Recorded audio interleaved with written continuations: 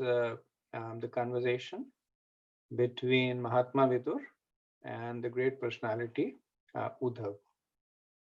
So Uddhav is recounting to Vidur his own conversation that happens with Krishna. And previously, Krishna had indicated to Uddhav that he would be giving him the same knowledge that he had imparted to Brahma, essentially the Chaturshloki of the Bhagavatam. And then we saw that Uddhav interrupted Krishna, saying that I need that knowledge that is confidential, by which the devotees can surrender unto you. So in the previous verse, he said that Jnanam para swa-atma raha. Raha is the supreme secret. Jnanam param. So he said, tell me about your supreme secret. And also he says that provacha kasmai. Also give me the knowledge that you gave to Brahma. So he is requesting Krishna to give him that knowledge that will help him overcome the agony of separation. He's not asking for the knowledge for the sake of information or for the sake of becoming more advanced, but he knows that the separation will be intolerable. So he's asking for the knowledge that will help him in that difficult time. And then with humility he says, apikshamam na granaya.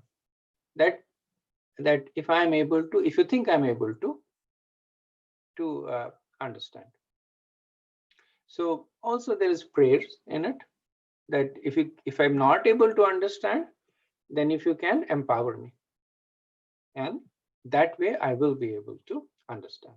So this is where we were till 18th verse. We'll start with verse 19. Ityavade itya avidetita hardaya mayam sa bhagavan paraha adide shararavindaksha atmanaha paramam sthitim. When I thus expressed my heartful desires unto the Supreme Personality of Godhead, the lotus-eyed Lord instructed me about his transcendental situation. So this is now Uddhav speaking to Vidur, saying that this is what, when I asked him, then Krishna instructed me about his transcendental situations. So in 4 verses, Uddhav will describe not so much what he heard, but the spirit in which he accepted and what he did based on the instructions of Krishna. So Vishwanath Chakravarti says that Krishna instructed Uddhav about his eternal abodes like Dwarka and other places of pastime. The word sthithim, Uddhav says sthithim, they talk about his abodes. And then he spoke about his achintya shakti, by which both action and inaction simultaneously coexist in the Lord. The important point that he makes is, Uddhav says, mayam. So mayam means that he spoke unto me. And Vidur might say, but Maitreya was sitting right next to you. So Uddhav is in a subtle way indicating that this knowledge was not given to Maitreya. It was not given to Vidur also, because Uddhav, as we will see later on, does not instruct Vidur. This knowledge was only given by Krishna to Uddhav with the instruction that he would go to Badrika ashram and give this knowledge to Nar Narayan Rishi and to the sages over there. So the Acharya said that this knowledge does not appear in the Bhagavatam by Sukadev Goswami because it is considered as far too confidential. So Prabhupada says such activities are the inconceivable pastimes of the Lord. Next verse, 20. Sa evam aradita padatirtha adhita tattvatma vibodhamargaha pranamya padu parivritya devam iha gatoham viraturatma. I have studied the path of understanding self-knowledge from my spiritual master, the personality of Godhead. And thus, after circumambulating him, I have come to this place very much aggrieved due to separation. So after receiving the knowledge, Uddhav does not stay there. Even though we earlier on see that Uddhav is unable to bear separation from Krishna. But here he says that he leaves Aturatma. Why? Because he is very much aggrieved at the prospect of the departure of Krishna. So one might think over here that why would Uddhav be Aturatma? He has received the Chaturshloki, which Krishna gave to Brahma. He has received knowledge that is even more confidential, which means that he should know that there is no going away for Krishna. So why is he still feeling this pain? And Srila Prabhupada explains in the purport that one may be a monist or a dry speculator to think like that, because the devotees are always relishing the rasas with Krishna, and Krishna has different mellows. He has mellows of association, he has mellows of separation, he has mellows of association in separation. So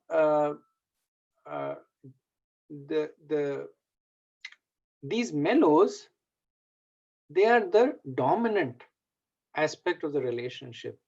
They completely overpower the Gyan aspect of it.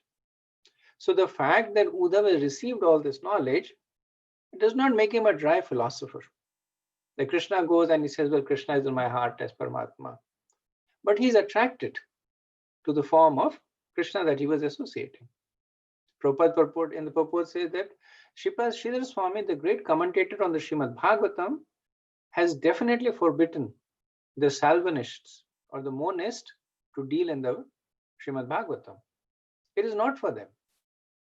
The reason is that only one who understands these emotional aspects of the relationship with the Lord can appreciate these leelas or pastimes that are happening. Okay, next verse, 21. So ahantad darshanahalad viyogarti utaha prabho gameshyadayatam tasya badryashrama mandalam. Sorry, I messed with the meter. My dear Vidur, now I am mad for want of the pleasure of seeing him. And just to mitigate this, I am now proceeding to Badrika Ashram in the Himalayas for association, as I have been instructed by him. So Uddhav is displaying two contrary emotions over here. So he says, I am mad for the pleasure of seeing him.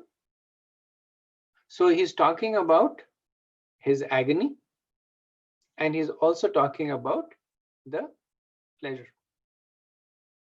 And then Srila Prabhupada mentions that devotees like Uddhav, they constantly associate with the Lord in the double perception of simultaneous separation and meeting. So now we can reconcile this. That he's anticipating the meeting, and so he is ahalad. So ahalad actually means making a sound out of pleasure. So when the pleasure becomes very strong, one actually expresses it by sound. So it is said that when Kyadu informed Narsingadev that he had a son, not Narsingadev, sorry, Hiranyakashipu, that he had a son, then Hiranyakashipu was so happy that he made a loud sound. And that's how he got the name Prahalad. So out of the Ahalad, the sound of happiness. We see the same word being used here. That at the prospect of meeting Krishna, he is joyous. And he is also feeling the separation of Krishna. So he says, so now I'm proceeding to Badrika Ashram for associating with devotees. So Vidur might say that, what about me? I'm also a devotee. You can associate with me also. So Uddhav says, as I have been instructed by him. So he says, Daitam Tasya Badrika Ashram. That Krishna has asked me to go there. So Uddhav, as we know, is the ultimate well, at least in the Dhaume Leela, he was a great diplomat. He could speak very beautifully and sincerely. So this whole mood of association and separation, this was one of the things that Srila Prabhupada spoke about to his disciples. His earlier disciples were very, very attached to Prabhupada personally. So if you've read Leela Amrita, you'll know that when Prabhupada was in New York first, and then the opportunity came to go to San Francisco and preach, then the New York disciples were very upset. And they tried to convince Prabhupada not to go. They said, it's a long flight, you will have bad health, and he had just had another heart attack. And then later on, it became more of a theme because Prabhupada would keep traveling and his disciples were so attached. So Bhurijan Prabhu actually, in the commentary to this verse, he quotes a conversation. And for those of you who are in Washington, D.C., you'll recognize the person is Rukmini Mataji. So Rukmini Mataji is the wife of the GBC he's the GBC of Chicago also, Anuttama Prabhu. And this conversation happened earlier in the movement in 1968, where Rukmini Mataji says, I feel so far away from you when you're not there. And then Prabhupada says, so I'm not reading word to word, it's a long conversation, I'll paraphrase. He said that you should not think like that. There are two conceptions. There is the physical conception and the vibration conception. Physical conception is temporary, and the vibration conception is eternal. And then he talks about how Bhagavad Gita and the Bhagavatam is eternal. He talks about Krishna, that when he says when Krishna departed from this world, at that time Arjuna was overwhelmed with sorrow, and he began to remember the instructions of the Bhagavad Gita. You'll find this in the Srimad Bhagavatam. He says, so whenever we shall feel separation, the best thing is to remember the teachings. Then it will be very nice. Is that clear? Yes. So you can chant Hare Krishna. So Prabhupada talking about the importance of Vani over Vapu. That the instructions and associating with them are actually more important than personal association. Okay, next verse 22. Yatanarayana devo narascha bhagavan rishi mridu tivram tapodirgam te pate loka bhavanam. There in Bhadrika Ashram, the personality of Godhead, in his incarnation as the sages Nar and Narayan, has been undergoing great penances since time immemorial for the welfare of all amiable living entities. Prabhupada talks about the fact that there are 4 dhams, and they are the Bhadrika Ashram, which is considered to be for the Satyug, represents the Satyug. Rameshwaram represents the Treta Yuga. Jagannath Puri represents Dwarka. Jagannath Puri represents Dwapar Yuga, and Dwarka represents the Kali Yuga. So Bhadrika Ashram is also the abode of Nar Narayan Rishi, who are amshas of Krishna. And there they are surrounded by the devotees, and they've been performing austerities for the welfare of everyone. Verse 23. Shri Sukha Vacha Itya Udavadupakarnya Suhurdam Duhu Shaham Vadam Jnanena Shamayat Kshata Shokham Utpatitam Buddha. Shri Sukadev Goswami said, after hearing from Uddhav all about the annihilation of his friends and relatives, the learned Vidur pacified his overwhelming bewilderment by dint of his transcendental knowledge. So Uddhav has now stopped his part of the conversation, and the focus now turns to Vidur. So Vidur has been hearing from Uddhav. And what all has he heard? The disappearance of the Vrishnis and the Yadus, the disappearance of the Kurus, the disappearance of Krishna. So all of that has resulted in overwhelming bewilderment. But he pacifies this by dint of his transcendental knowledge, Buddha, the knowledge that he will now display in his prayers to Uddhav.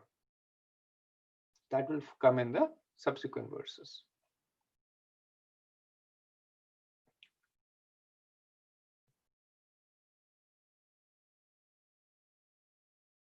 Satam Mahabhagavatam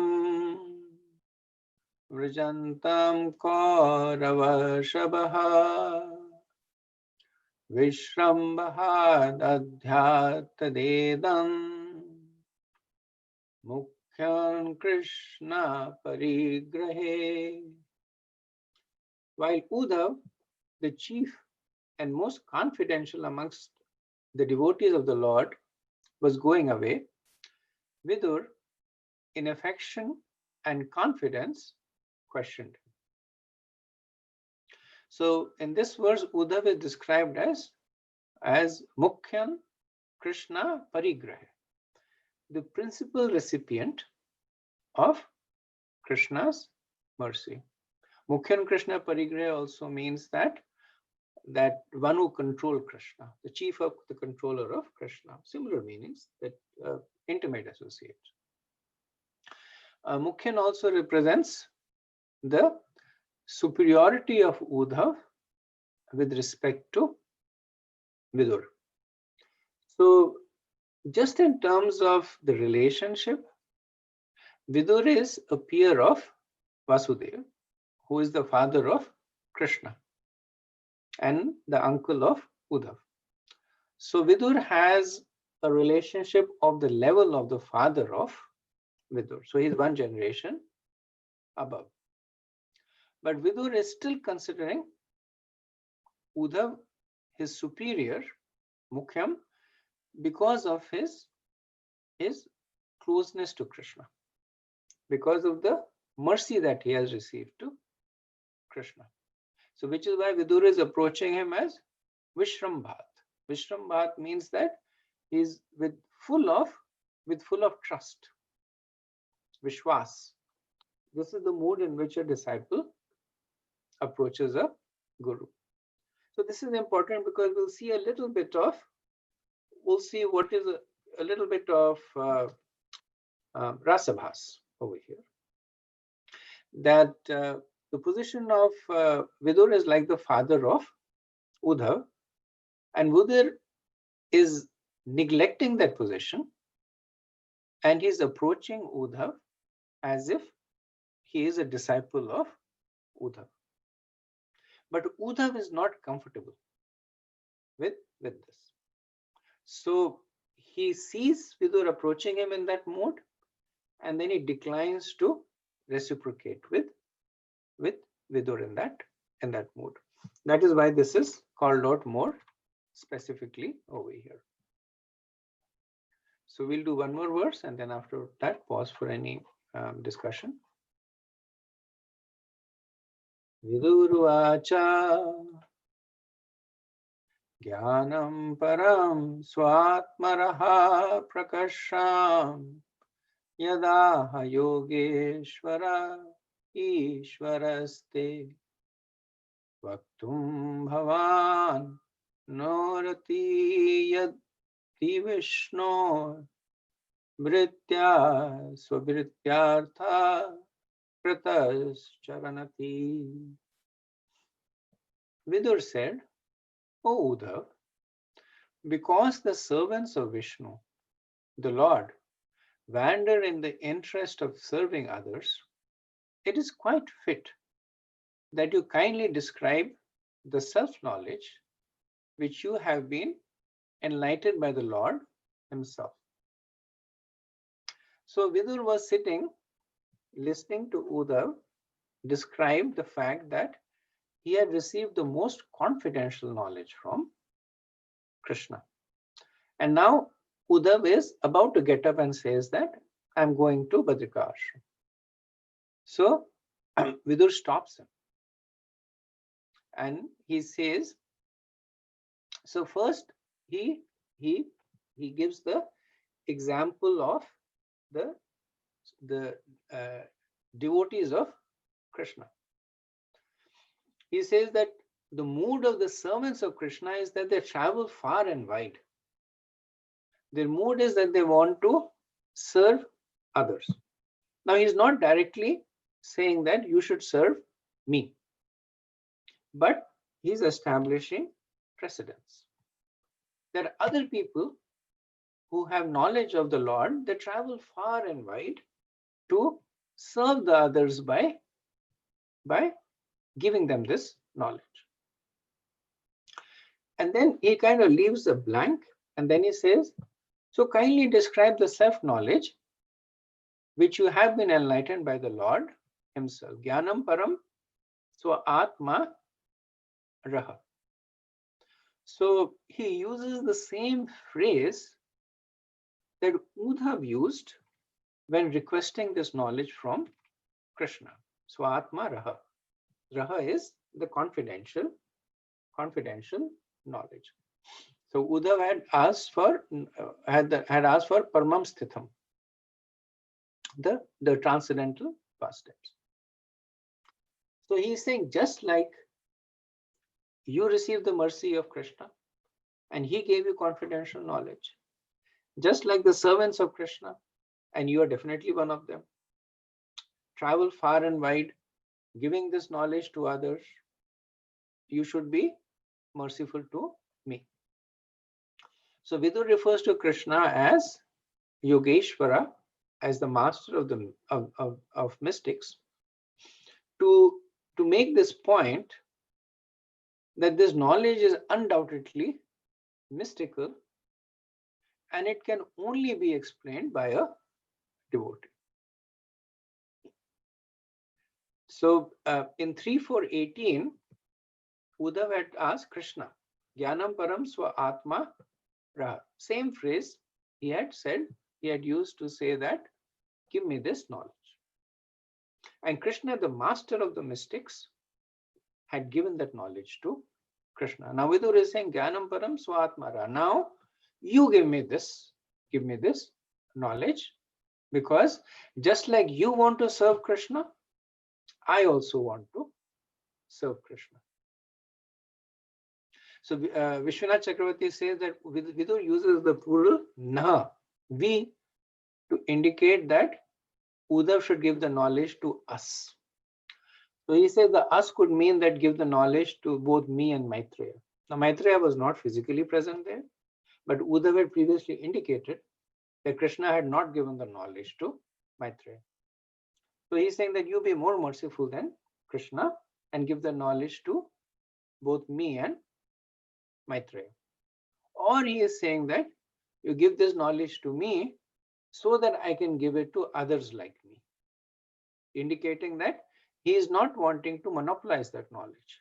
He wants to, just like Uddhav out of his magnanimity would give that knowledge to him, he would continue with the service and give the knowledge to others. Okay, so let me stop here, see if there is any comments.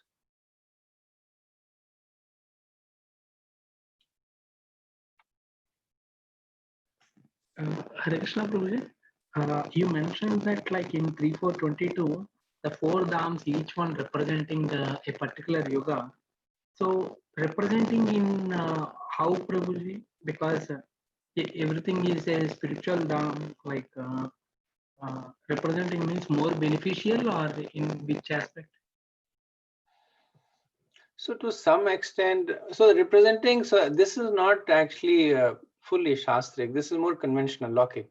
Like if you talk to people, they will say that Badrika Ashram represents this there. To some extent, it also, the predominant deity that is worshipped in these dhams, they belong to the different yugas.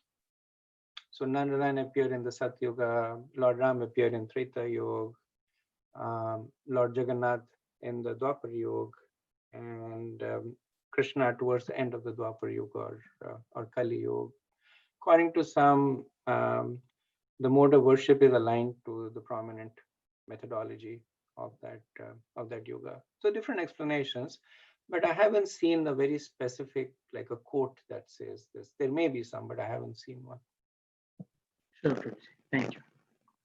And also, like as you are just a comment, Prabhuji, like the discussion between Vidur and Uddhav so far happened is telling about the disappearance of different personalities. But like without the classes, like if we normally hear that, this looks very like a casual discussion that, oh, a sad morose talk, but each word of these personalities, how it is imparting knowledge. I just wanted to thank you. Thank you.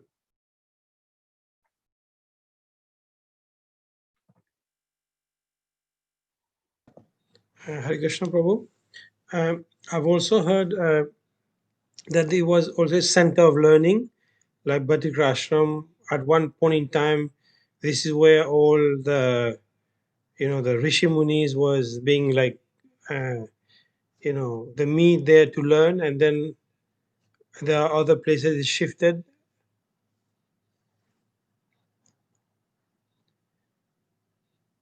Okay. Haven't, like I said, the allocation of the dhams to the yugas, it seems to be, based on my knowledge, it seems to be more conventional. Like they say, there are the 4 upadhams.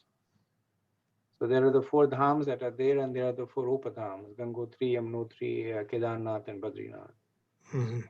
So not sure if this is something that's done by the tourist companies, or there is some scriptural basis to that.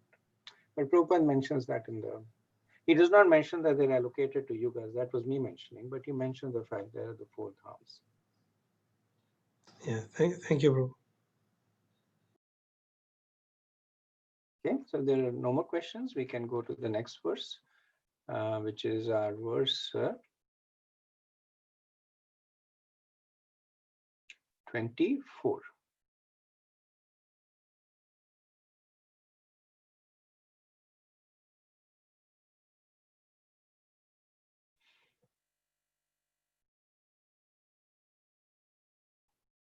No, we did 24.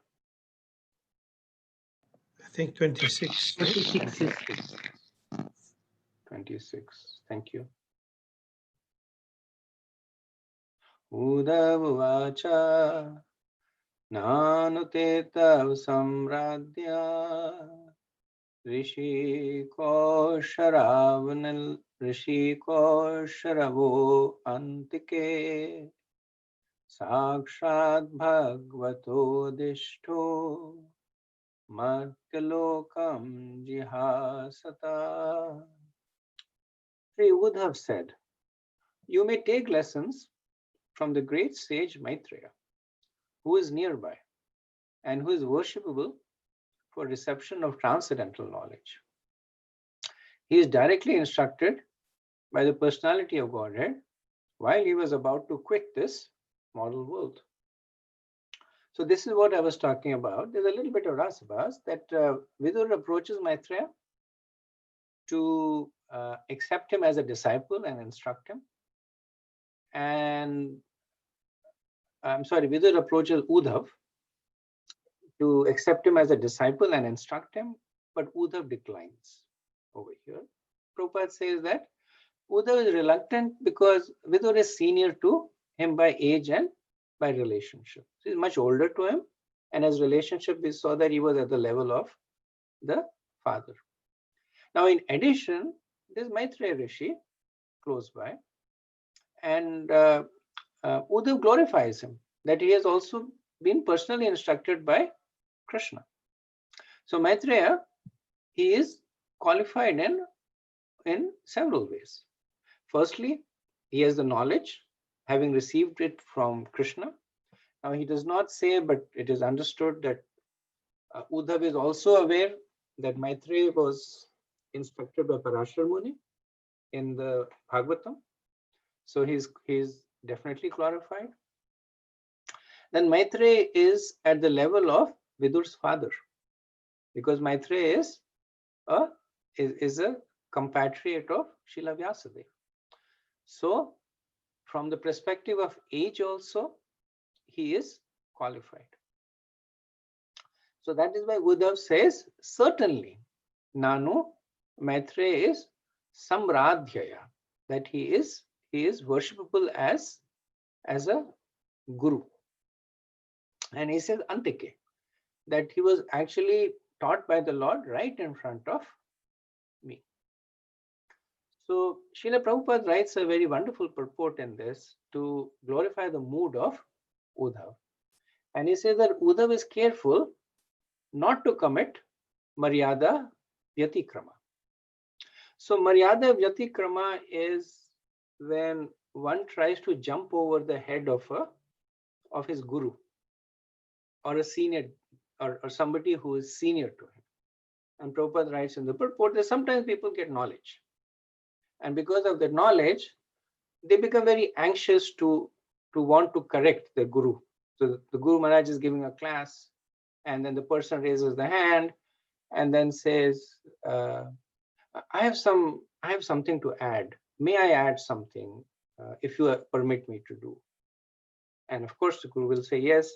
And then they will go ahead and either correct the Guru, or they will go ahead and show how learned they are. Sometimes they get very anxious to cut off the other person, answer the questions, take over the discussion. Prabhupada is very, very critical about about it. In the end, he says, the Lord never tolerates the impertinence of Maryada Vyatikrama. One should never pass over the honor due to an elderly spiritual master in the interest of one's own personal gain and fame. Impertinence on the part of the pseudo spiritual master is very risky to progressive spiritual realization. And actually, I see this if you read in the Lila Amrita. There is one time when a group of Prabhupada disciples, they came and they started challenging Prabhupada about some things that he had written in the Bhagavatam, especially about the Dwarka pastimes. They said, how could you say that Ugrasen was surrounded by 10 billion soldiers? How can 10 billion soldiers fit in? And Srila Prabhupada was taking a very humble position with them. He said, what can I say? I'm just telling you what I could understand. But they were constantly challenging Prabhupada. We read from here, but I think like this. And if you permit us to share, so they were externally being humble. If you permit us to share our realizations, this is what we would like to say. And then Prabhupada ends up by saying, at one point they say, but you are our disciple, we are your disciples, you have to tell us. And then Prabhupada says, you're not my disciples. And that was it, he says. And that's the mood of, that's the strong mood of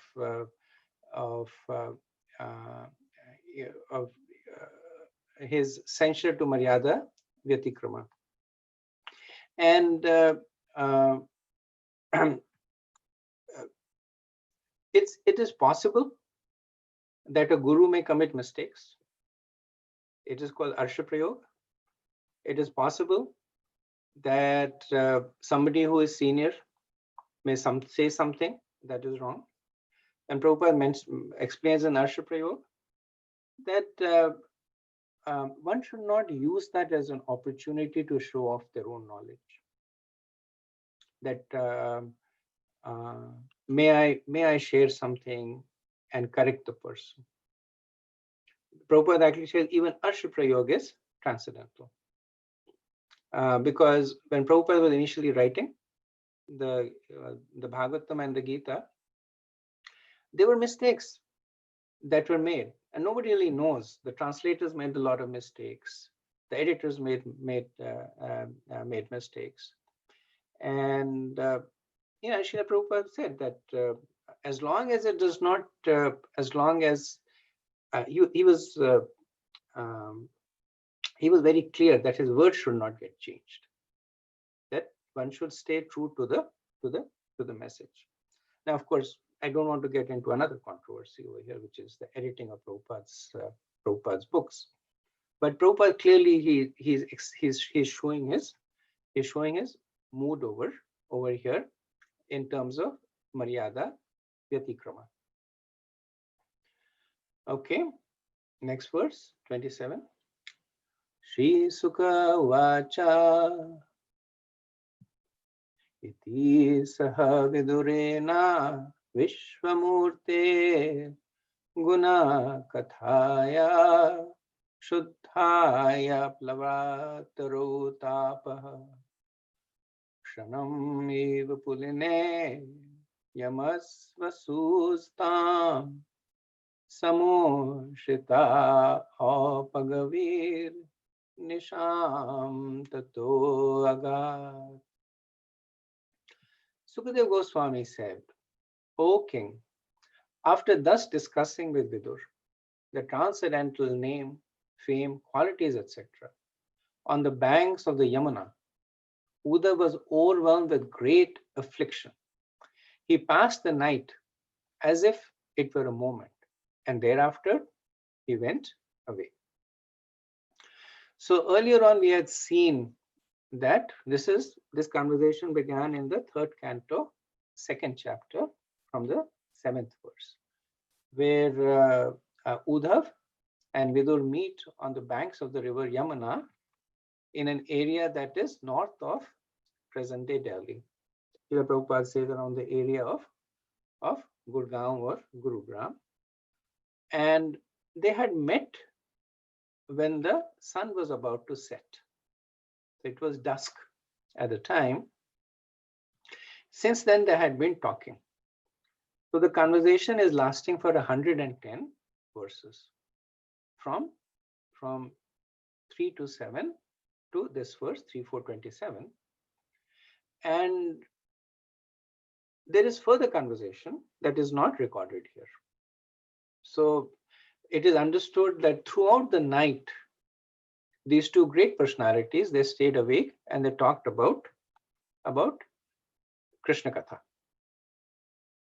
And when it was almost morning, so it says he passed the night away. So when the night had finished and it was morning, then Uddhav, he headed further north towards the Himalayas, towards Badrika Ashram. In the commentary on this verse, in Priti Sandarbha, Jiva Goswami in Anuched 21.7, he says that Krishna asked Uddhav to stay back so that he could preach the science of devotional service. Later, when Sukadev Goswami would be preaching the glories of the Lord's pastime, Uddhav's presence would no longer be required and he would return back to Krishna's eternal abode. So the verse also talks about Vidur, that the news of the destruction of the Yadus and the Kurus was intolerable to Vidur, but he was greatly pacified by his conversation with Uddhav and inspired by Uddhav to take shelter of Maitreya Rishi. Okay. Verse 28. Raja Vacha Nidanam Upagateshu Vrishni Bhojeshwa Adirat Yuthapa Yuthapeshu Mukhyaha Sato Katham Avashishta Uddhavo Yad Dharirapir Tatja Akritam Trayodishaha. The king inquired, at the end of the pastimes of the Lord of the three worlds, Sri Krishna, and after the disappearance of the members of the Vrishni and the Bhoja dynasties, who were the best of the great commanders, why did Uddhav alone remain? Now the conversation has gone one level upwards. So initially, we had seen the conversation was between Vidur and Uddhav, within which Uddhav was sharing his conversation with Krishna. So then Uddhav, he finishes sharing his conversation with Krishna. So the conversation happens between Vidur and Uddhav. Now that conversation has ended, the conversation goes one level upwards to Maharaj Parikshit and Sukadev Goswami. So Sukadev Goswami is curious, because for a devotee, separation from Krishna and from Vaishnavas is worse than death. So how could Uddhav tolerate to stay alone after the disappearance of Vaishnav Sangha? He is pointing to the Bhojas and the Vrishnis. They were all devotees of the Lord, so they had disappeared, and disappearance of Krishna. So this is a verse on which the Acharyas have give us deeper glimpses. So Prabhupada explains that the term Nidanam Upagateshu Vrishni Bhojeshwa, he says that if you go through the Sanskrit of it, then Nidanam, Ni means the highest, and Dhanam means opulence.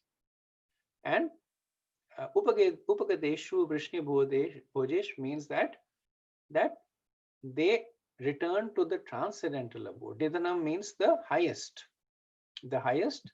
abode, which is Krishna's abode. So he's not talking about the departure of the Vrishni and the Bhojas, but he's talking to the fact that they return to their original spiritual positions. So, Upagateshu, Prabhupada says that Upa means nearness and Gateshu means attained. So when they attain that nearness to Krishna in the spiritual abode. Why? Because the Vrishnis and the Bhojas were direct associates of the Lord. And after the end of his pastimes, they were dispatched to their respective positions in the transcendental abode, where they are always very near to the Lord. So, so that defeats the aspect of Uddhav lacking Vaishnava Sangha, because he is also like the other devotees. The other devotees in Aprakrit Leela attained that. Uddhav was still in the Prakrit Leela, but they were both Nidanam Upagateshu. They were both closely associating with it. So, Vishwanath Chakravarti, he says that even if you consider that, the question is that why did not Uddhav return along with the Vrishnis and the Bhojas? So let us assume that Krishna went along with his devotees to the spiritual world. Uddhav, why didn't he get the same treatment? And then he says because of Akritam. So Akritam, and I won't go into the detailed analysis, Vishwanath Chakravarti does that. He says Akritam means secret signal. So he says he did not return because of the subtle signals that were given by Krishna.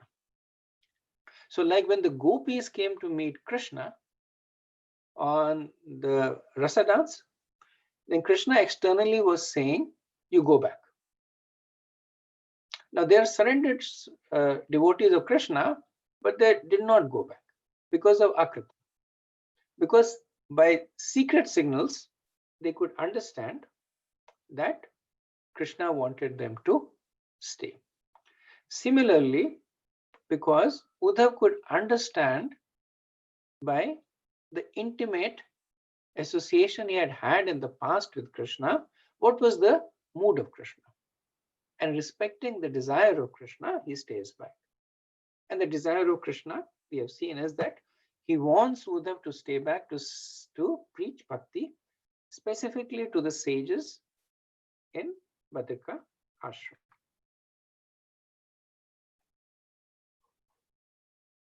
Next verse, 29. Shri Sukavacha Brahma Shapa Padashena Kale Namo Gavanchitaha Sanhatya Swakulam Svitam Tyakshandeham Achintaya. Sukadeva Goswami replied, my dear king, the cursing of the Brahmanas was only a plea. But the actual fact was the supreme desire of the Lord. He wanted to disappear from the face of the earth after dispatching his excessively numerous family members. He thought to himself as follows. So we see now the conversation gets elevated one more level. So previously it was Rajavacha and between Maharaj Parikshit and Sukadeva Goswami. Now it goes to Sutta Goswami and the sages of Naimisharan. And while he was speaking about the secret signaling of Krishna, Sukadeva Goswami gives another example where what is happening is a little different from what is the inner working of Krishna's desire. So he says, Brahma Shapa Adeshena. So Brahma Shap. So as we know that the destruction of the of the Vrishnis and the Bhojas was because of the curse of the Brahmins. But Sutta Goswami says Apadesh, by the desire of Krishna. And then he says Kalena Amoga Vanchita, that the will of Krishna is not thwarted by time. He's Amog. So Krishna did not desire. So firstly, he said the Brahmins did not curse the Yadus because of the fault or any fault, either on the part of the Brahmins, that they were too puffed up about their ability to curse, or the Yadus offended them. So he says that Brahma Shapena Apadashena, it happened by the desire of Krishna. So then one might say that Krishna was so anxious to get rid of his dynasty that did he make a mistake? He says Kale Namoga Vanchita. So this is understood in two ways. One is there's no mistake in Krishna's desire. He wanted this to happen, and so with a clear conviction, he willed it to happen. The other understanding is that Krishna was Amog. There was no bewilderment in his part at the loss of his dynasty. So this part will be developed a little bit later on. So whatever was happening by the infallible desire of Krishna, which was without the influence of any bewilderment. And what was his desire? Achintayat. It says, what Sutta says, what was his desire? Samarthya Swakulam Spitam. That he wanted to bring an end to the excessively large dynasty. That was the first. And the second was Tyakshan Deham. That he wanted to give up his own body. Now, bringing an end to his dynasty, we have discussed that quite a bit. That the eternal associates went back to Aprakrit, spiritual Dwarka, the Devamshas went to Prabhashitra, and there they returned to their positions, and even everything was staged, or achintya, they finally say, cannot understand, but everything by the desire of Krishna. But Sutta Goswami has now introduced the second concept over here, or the second notion. He is saying Takshan Deham, that Krishna wanted to give up his own body. So both Jiva Goswami and Vishwanath Chakravarti, they give a long explanation to it, which I will not go through, but I will present the conclusion to you. There are two possible conclusions to this verse, Takshan Deham. So Vishwanath Chakravarti, he uses Vyakaran, or analysis of grammar, and says that if a statement that comes later on contradicts a statement prior to that, then the latter statement should be modified. So he gives the example. He says that Chaitra was a king. Giving up the body, he burnt it. Now, it is difficult for Chaitra to burn his own body. So the first statement, Chaitra was a king, means that he's living as a king. So Vishwanath Chakravarti says the second statement means that he burned the body of his wife, which was as good as his own body. Similarly, Takshan Deham, it contradicts the understanding that Krishna is eternal and spiritual. This point has been made over and over again in the Bhagavatam and the other scriptures. So we cannot accept the fact that Krishna gave up his body. So then he turns to the word Spitam and he says that Spitam should be understood as certainly lesser, which means that Krishna gave up his lesser body, which refers to Lord Narayan. So as per Vishnu Chakravarti, at that point, when Krishna descended, then Lord Narayan entered his body, and along with the other incarnations, for the sake of the pastimes. It says that when Krishna killed the demons, it's actually Lord Narayan who kills the demons. Krishna doesn't have anything to do with it. When he was consorting with the devotees, it was Krishna Swayam Bhagwan. But when things like killing demons, he would delegate it to Lord Narayan. Now that pastimes are over, or Lord Narayan returned to his Vaikuntha abode. So because Lord Narayan is described as a partial incarnation of a partial incarnation, so even though he's Vishnu Tattva, Vishnu Chakravarti says that from Krishna's perspective, it's a lesser body that he gave up, and Lord Narayan returned to the abode. Second explanation is given by Jiva Goswami, which is also echoed by Srila Prabhupada in the purport, which he says that that the Deham refers to Virat Roop. So if you look at the word-to-word translation, Prabhupada translates Deham to Virat Roop. And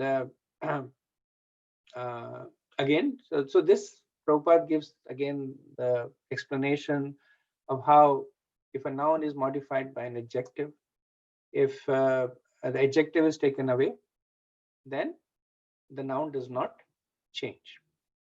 So Virat Roop is the adjective Deham that is modifying the subject Krishna. So when the Deham is removed, the subject Krishna does not change. So it's like saying that Ram is fat. Now in another statement, you say that there is Ram. It does not mean that just because fat has been taken away, Ram has ceased to exist. He exists independent of the adjectives. So when Deham is removed, Krishna continues to exist. And considering the Deham as a Virat Roop, the understanding is that, and Jiva Goswami explained in the Sandarbhas, that giving up the body of earth, Deham, the Virat Roop, to Devas like Brahma and Indra for protecting, Krishna returned to his abode. So main point is still the same, that Krishna is Krishna. He does not give up his body. Whether he divested himself of Lord Narayan or of the Virat Roop, the similar modes. The Virat Roop is considered to be a lesser incarnation of also a lesser incarnation of Krishna. We'll actually read about it in the 7th chapter, 3rd canto. But understanding is Krishna returned in his original form to his spiritual abode. Okay, we'll do one more verse and then we'll stop for any discussion. Verse 30. Asma lokad uprate mai jnanam madashrayam arhati udhav evadha sampratyatmatam varaha. Now I shall leave the vision of this mundane world, and I see that Udhav, the foremost of my devotees, is the only one who can be directly entrusted with knowledge about me. So these are Sutta Goswami talking about the glories of Udhav. So Udhav has been given this highly confidential knowledge, and his qualifications are that Krishna considers himself to be the foremost of his devotee, the only one who can be entrusted with this confidential knowledge. Prabhupada says Jnanam Mad Ashrayam is significant. That the transcendental knowledge, and then he says it could be impersonal Brahman, or it could be about Paramatma, or it could be about Mad Ashrayam, which is about Krishna. So Prabhupada says this knowledge, Jnanam Mad Ashrayam, is actually the science of devotion, the science of pure devotion service. And if you recollect, in the second canto, 10th chapter, we had when we had talked about the 10 subjects of the Bhagavatam, the 10th subject, which is the Samam Bonam, is Ashrayam. That how Krishna is the Ashraya of everyone. So that is described as the confidential knowledge that Uddhav is glorified as being qualified to receive. Okay, I'll pause here and see if there are any comments.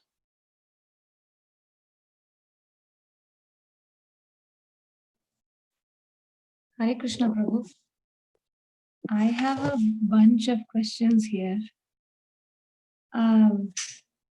Did I hear you say that, so when, the verse 28, the king inquired and Shukadeva Goswami replied, you also mentioned Suta Goswami somewhere, or was that supposed to be Shukadeva? No, there is Sutta, right? So there is a conversation that happens between Sukadeva Goswami and Maharaj Parikshit. Yes. And then after that, the conversation turns to Sutta Goswami and the sages of Naimisharanya. Let me find that verse.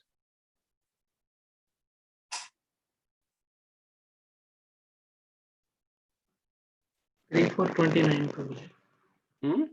3429. 29, you're saying? Yes, Prabhu. 29 is Sukha Vacha, right? Shuka Vacha, yeah. But that's where I think you mentioned that conversation gone one more level up from Sukadeva Goswami and Parikshit Maharaj to Sota and sages of Naimisharanya. Yes. Yeah, And that's then, what yeah. happened. Sukadeva.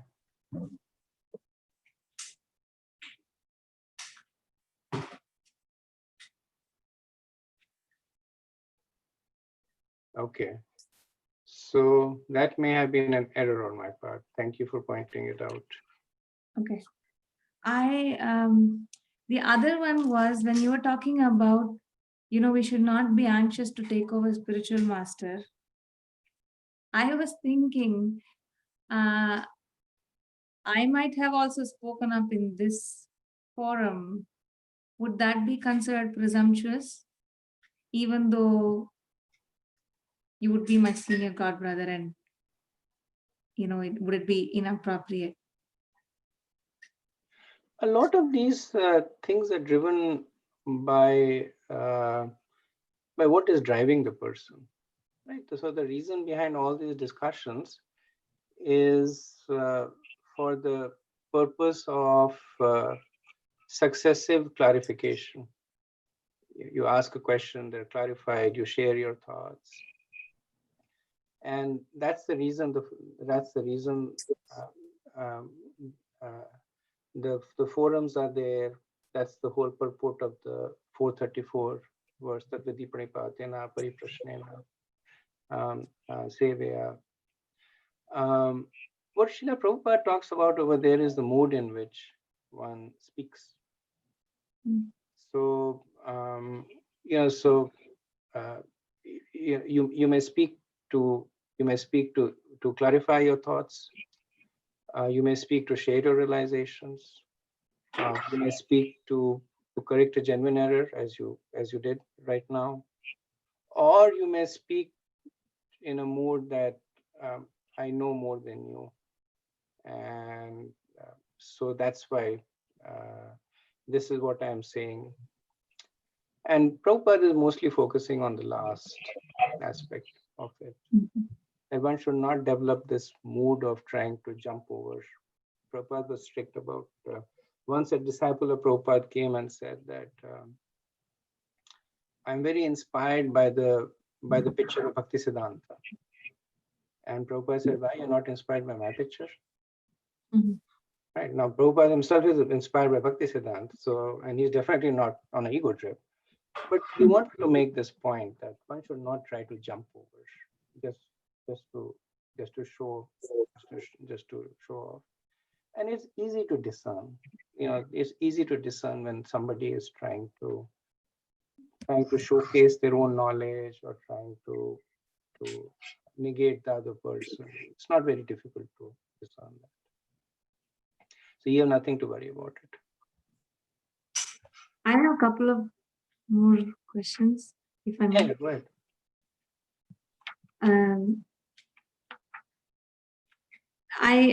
I'm sure I missed a point in that Tyaksh, the Deham, when you're talking about Vishwanath Chakravarti Thakur. I got the point where you said when a statement contradicts a prior statement, that needs to be modified.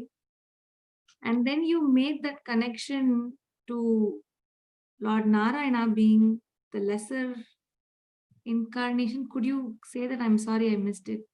I didn't. So there are two propositions over here. One is Vishwanath Chakravarti saying that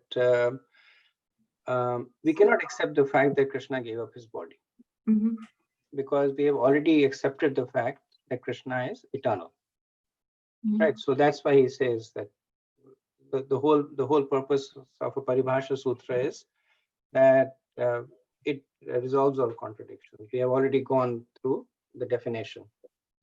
So after having understood that Krishna does not give up his body, how do we accept the statement that he gave up his body?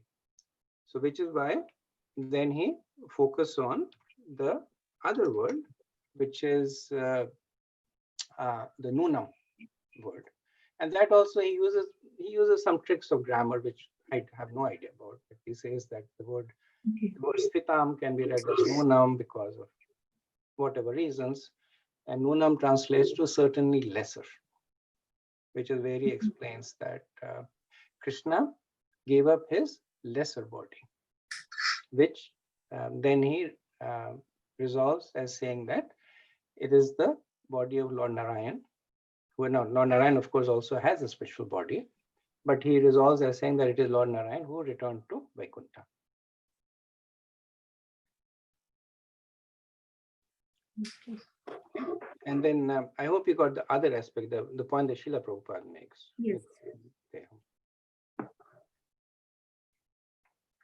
Thank you. Sure. Any other thoughts, questions?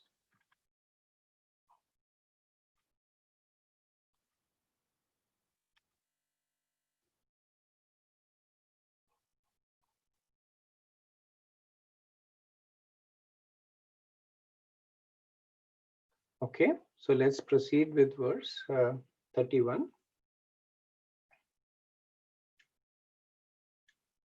Nadhavonapi manyuno yagune naraditaha prabhu ato madvayunam lokam grahanya ihateshtatu. Uddhav is not inferior to me in any way, because he is never affected by the modes of material nature. Therefore, he may remain in this world in order to disseminate specific knowledge of the personality of Godhead. So this verse continues to describe the qualities of Uddhav as a suitable recipient of the confidential knowledge. And this is the thoughts of Krishna, that why did Krishna give this knowledge to Uddhav? So here Krishna has been very kind to Uddhav. He's comparing Uddhav to himself. He's saying he's no way inferior to me. So he's saying he's at the minimum equal to me, could also be superior to me. And why? Because he's never affected by the modes of material nature. Now the point to be made over here is that there are many people who have transcended the modes of material nature. The Gyanis, the Yogis. So why would Krishna consider Uddhav's transcendence to the modes as making him suitable to receive this knowledge? And Vishwanath Chakravarti explains that Krishna uses the word Prabhu. And Prabhu means that just like Krishna has control on Maya, his devotees also have the same kind of control. So this is not really describing, even though it is in a way, it is not really describing the fact that Uddhav has transcended the modes of material nature. It is more comparing Uddhav to his own position. Krishna controls Maya, and Uddhav is also the Prabhu. He is also the master of Maya. The other reason that Krishna says that he is special is Mad Vayunam, that he is in full knowledge of me. So he is full of control of all spiritual qualities, like strength and knowledge and renunciation. So Krishna is glorifying the spiritual position of Uddhav. Transcending the modes is still a material position. But what did he do after having transcended the modes? He definitely did transcend the modes. But what did he do when he transcended the modes? Is that he became the master of the modes. So it's like you're held prisoner in a house and then you escape from that prison house. That is one situation. So no, you are no longer controlled by the warden. The other is that you make the warden your prisoner. Now you're the master of the warden. Now, of course, the connotation here is not that Uddhav was beating up Maya or anything like that. But the understanding is now he became the master of the modes. So there was no chance of him being. If a prisoner escapes, the warden can still catch and bring him back. But now if the warden is serving that person, what can the warden do? So Prabhu, he is the master of the modes there. Therefore, Krishna thinks that Uddhav is suitable to disseminate this knowledge. Now, one may argue that there were other great personalities that were present. There was Srila Vyasadeva, who was present. There was other great sages who were present. But the Acharyas say this is what Krishna wants. This is what he did. What's the point in arguing? That why didn't he call Vyasadeva? Now, if Krishna wanted, Vyasadeva could have also have come at that time, or somebody else could have come. But the understanding is this is what Krishna wanted. Okay. Verse 32. Evam trilok guruna sandishta shabdayonina badryashramam ashadaya harimije samadhina. Sukadeva Goswami informed the king that Uddhav, being thus instructed by the Supreme Personality of Godhead, who is the source of all Vedic knowledge and the spiritual master of the three worlds, reached the pilgrimage site of Badrika Ashram and engaged himself there in trance to satisfy the Lord. So, of course, this is a little bit of a Rasika interpretation, but when Krishna was there, he traveled far and wide. He stayed in Vraj, gave his association to devotees in Mathura, in Dwarka, in Hastinapur. Then he went to Mithila. He gave his association to Shruttadev. He went to, he defeated Banasur and other demons, and he traveled all over the earth. He even went to Svarglok to get the Parijata flowers, and he gave his association to Indra and the demigods. He went to the abode of Mahavishnu to return the dead sons of Brahma and give his association to Mahavishnu there. He went to Samyamni, to the abode of Yamaraj, to get back the sons of Sandipani Muni. And he went to Varuna, to the abode of Varuna, to get back Nanda Baba. He went to Sutal to get the 6 sons of Devaki. But apparently he did not go to Badrikashram. So Krishna at this point is thinking that I have my so special devotees in Badrikashram, and Uddhav is not different from me. In fact, he's making the point that Uddhav may be better than me. So he's sending Uddhav to Badrikashram. More important than sending Uddhav, he's sending Uddhav with the most confidential knowledge. That is the sign of ultimate mercy. That he may have given his physical association to Banasur or to Bhaumasur, but to Badrikashram, he is giving the most confidential knowledge. That is a sign of his ultimate mercy on his devotees.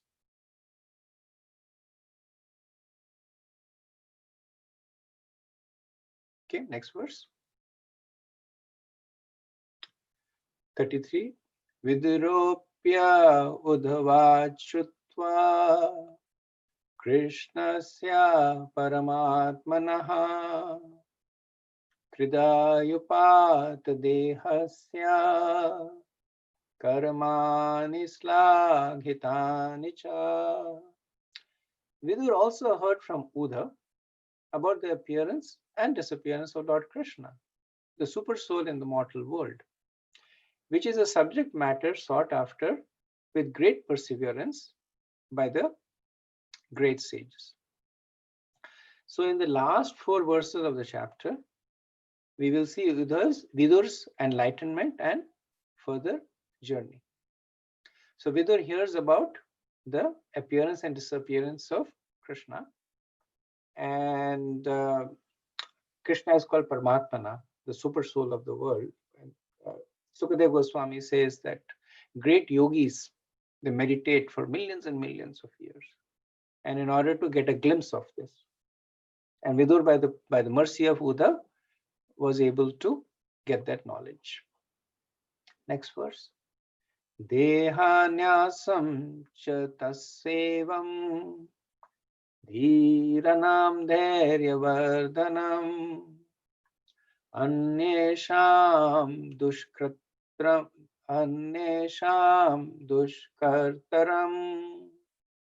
Pashunam viklavatmanam.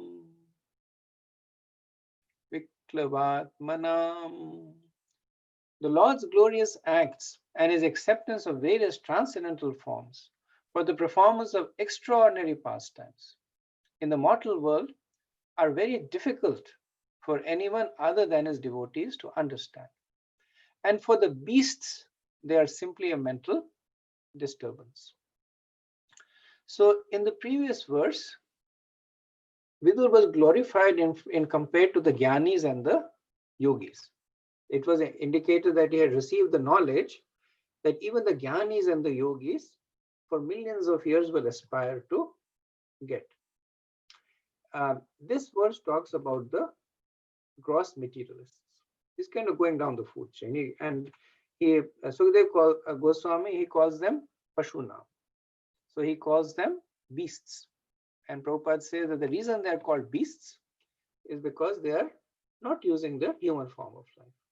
Dvijapad Pashu. That one does not take the advantage of the facility offered by the human form of life, then one should be considered no better than an animal. So Prabhupada in the purport also writes a note of caution about the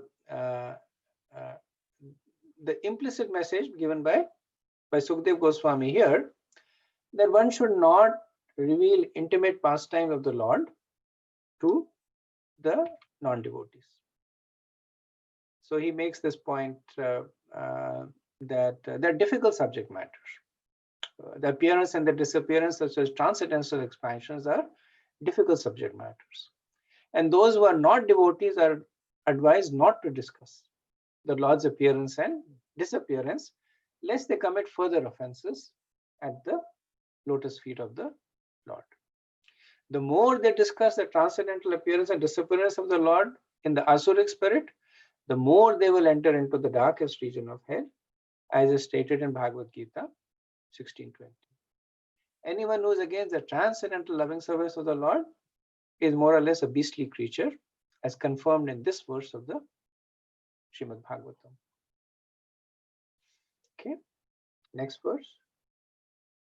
Atmanam chakuru shrestha Krishnena manashekshitam dhyayan gati bhagavate rurud prema vihavalaha. Understand that he was remembered by Lord Krishna. Understanding that he was remembered by Lord Krishna, while quitting this world, Vidur began to cry loudly, overwhelmed by ecstasy of love. Now, nowhere in this verse has Uddhav actually said that to Vidur that Krishna remembered you. But Vidur, being a devotee of a high quality, he could understand that Uddhav was staying back because of him. And Uddhav was instructed by Krishna. So understanding this, he began to shed tears out of love, that I am such a, who am I? But a atom on an atom. And yet the great personality of Godhead thought of me. And not only just thought of me, Srila Prabhupada writes in the parents, while quitting this world, that special time he thought of him. Prabhupada says, although he thought himself as insignificant, he was remembered by the God, by the Lord, by his causeless mercy. Vidur accepted this as a great favor, and thus he cried. And Prabhupada then goes into a little bit of the description of Bhava Bhakti. He says that crying is the last word in the progressive path of devotional service. One who can cry for the Lord in love is certainly successful in the line of devotional service.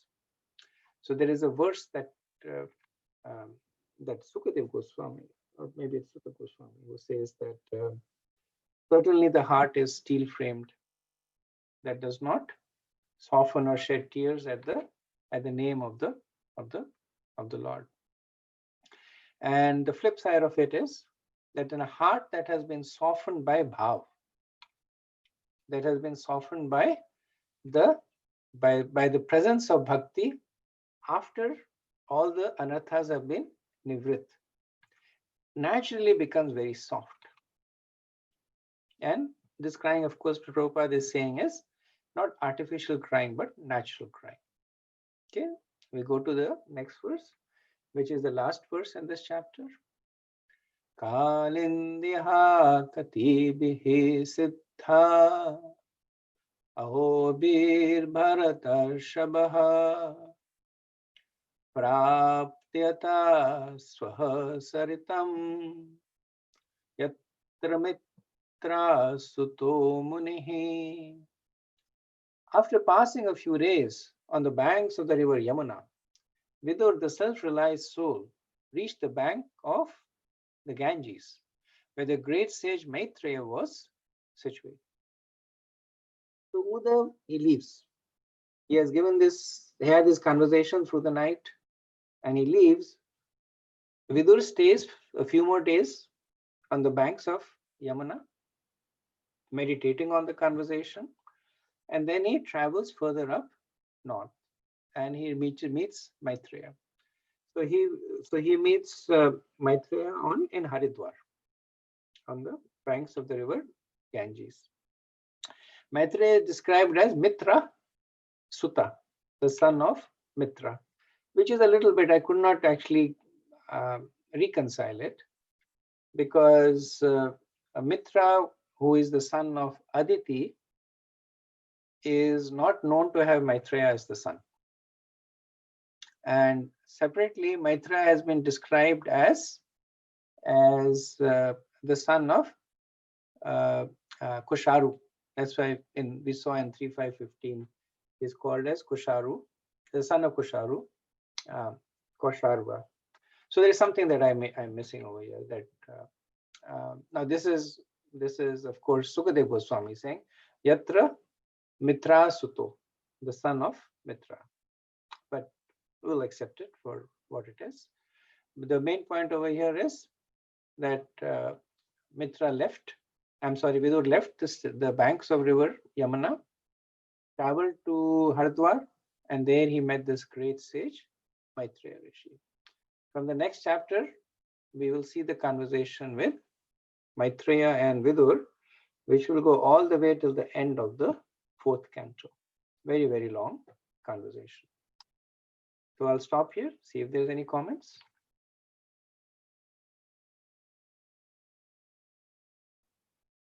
Hare Krishna Prabhuji. I have 2 questions, Prabhuji. First one is like, Krishna is referring Uddhav as, not equal to him and probably superior to him. Even to say that equal to him, is it, because there will be, like you said, there are so many devotees who are never touched by modes and always having that transcendental knowledge of Krishna.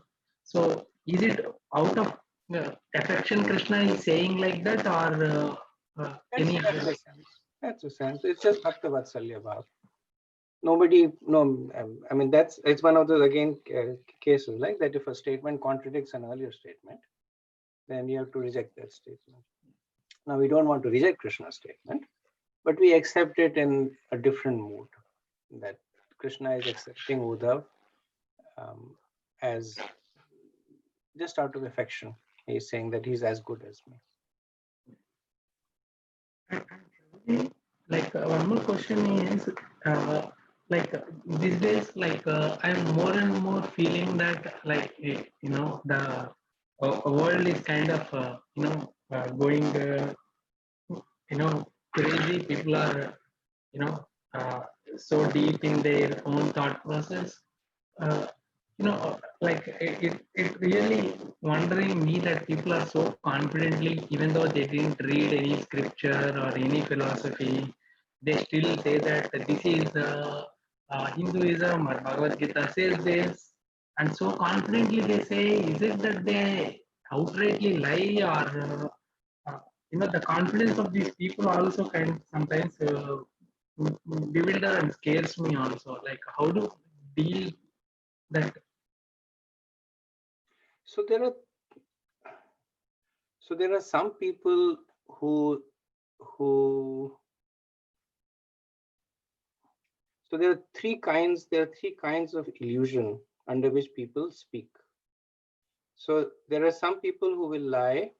Since you have used that word, I'm using that as an example. There are some people who will lie knowing that they are telling a lie. Right. So I've taken your pencil, and you said, you have my pencil. Your pencil is in my pocket, and I say, no, Prabhu, I don't have your pencil. Right. So that's one kind. I know that I'm lying, but I say the lie. The second kind of people, they lie, but after convincing them that the lie is the truth. So I keep your pencil in my pocket, and I say that I lost a pencil like this 2 years ago. Here is this pencil that just looks like this, and so it's probably my pencil. So I've convinced myself that it's the truth. Now I know it's a lie, but I've gone through some process of convincing myself that it's the truth, and I say, no, Prabhu, I don't have your pencil. Third kind of people, they actually believe the pencil is there. There's no doubt in their mind. So when you say that, do you have my pencil? I say no. Right. And you put me to a polygraph test, I'll pass it. Because I'm completely convinced that this is the truth. So depending on the propensity of the person, they may be in one of these three criteria. If they're more innocent, they might lie knowing that they are lying. There are some people who will say that Krishna says, do your karma, but what do I know? I'm nowhere as pure. I'm not able to understand Krishna. So there is that doubt in their mind. Some people will read a little bit of the scriptures, they'll develop some conviction. And then some people, they're completely like animals. They don't even know that they are like, an animal does not even know that it's an animal, right? It's peaceful. It's just thinking that this is what life is all about: eating, sleeping, mating, defending, right? That's what they are. So it's just a symptom. There were people like this all the time, right, at all the ages, but it's just a symptom of the current age that you will see more people in this kind than the kind of people who are questioning or sincerely inquiring or wanting to make advancement, which is why it's very important for us to take shelter of Mahaprabhu, Srila Prabhupada, so that at least we may not get the knowledge, but we get the mood. If we cultivate that mood, then everything else will follow by itself. That's why Prabhupada was so focused on setting the right mood, his purports. Sometimes people say Prabhupada says the same thing in the purports over and over again, like things like, don't be envious to Krishna. And after the 20th time, you say, Prabhupada, you said that 20 times already, don't be envious to Krishna. But the reason he's still saying it because after reading it 20 times, you're still envious of Krishna. Right? That's why he's saying it the 21st time. And that's why he will say it 200 times after that. Because he wants us to develop that mood. The knowledge and all that, it basically follows by itself.